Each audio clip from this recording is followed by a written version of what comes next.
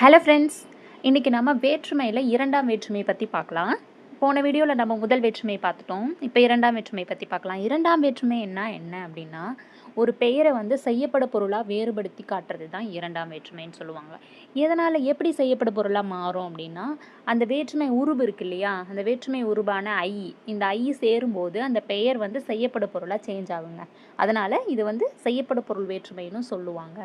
செய்யப்பட பொருள்னா என்ன அப்படின்னா, ஒரு வாக்கியத்தில் எதை, யாரை அப்படின்ற மேக்ஸிமம் அந்த 2 கொஸ்டினுக்கு ஆன்சராக அமையிற ஒரு வேர்டு தான் செய்யப்பட பொருள்னு சொல்லிட்டு சொல்லுவோம். இப்போ எக்ஸாம்பிள் பாருங்க.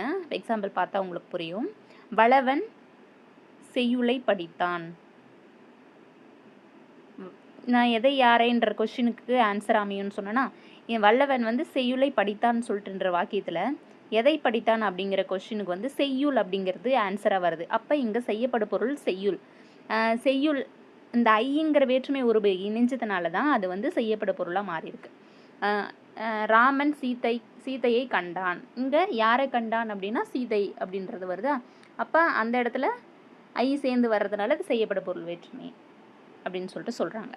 ஓகே, இது வேறு என்னென்ன பொருள்லாம் வரும் அப்படின்னா, ஒரு 6 பொருளில் வருங்க. என்னென்ன பொருள்னா, ஆக்கல், அழித்தல், அடைதல், நீத்தல், ஒத்தல், உடைமை.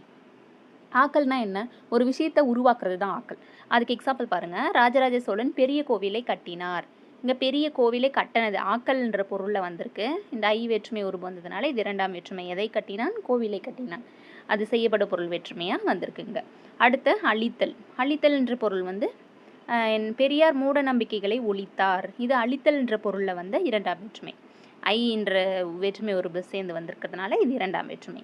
அடுத்து அடைதல். அடைதல்னா கோவலன் மதுரையை அடைந்தான். ஐ சேர்ந்து வந்திருக்கு, அடைதல் பொருளில் வந்திருக்கு.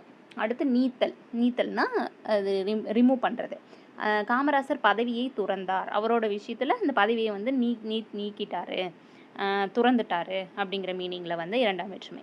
அடுத்து ஒத்தல். ஒத்தல்னா அதை போன்றது, அந்த மாதிரி அப்படின்றது. அதுக்கு எக்ஸாம்பிள் பாருங்கள். தமிழ் நமக்கு உயிரை போன்றது. இது ஐ வந்ததுனால ஒத்தல் பொருளில் இரண்டாம் வேற்றுமை. அடுத்து பாருங்கள் உடைமை.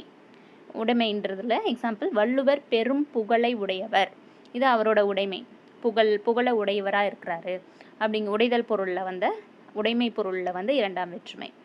ஓகே ஃப்ரெண்ட்ஸ், இதில் என்னென்ன கொஸ்டின் கேட்பாங்கன்னா, வேற்றுமை உருபு என்ன, இரண்டாம் வேற்றுமை உருபு என்ன, ஐயை கேட்கலாம். இரண்டாம் வேற்றுமையை என்ன வேற்றுமைன்னு சொல்லலாம்? செய்யப்பட பொருள் வேற்றுமை அப்படின்னு சொல்லிட்டு சொல்லலாம். இது 2 கொஸ்டின் தான் மேக்ஸிமம் வரும். எத்தனை பொருள்களில் வரும்ன்றதெல்லாம் மேக்ஸிமம் கேட்க மாட்டாங்க, தெரிஞ்சுக்கோங்க இதில். ஓகே ஃப்ரெண்ட்ஸ், நெக்ஸ்ட் வீடியோவில் சந்திக்கலாம். தேங்க்யூ.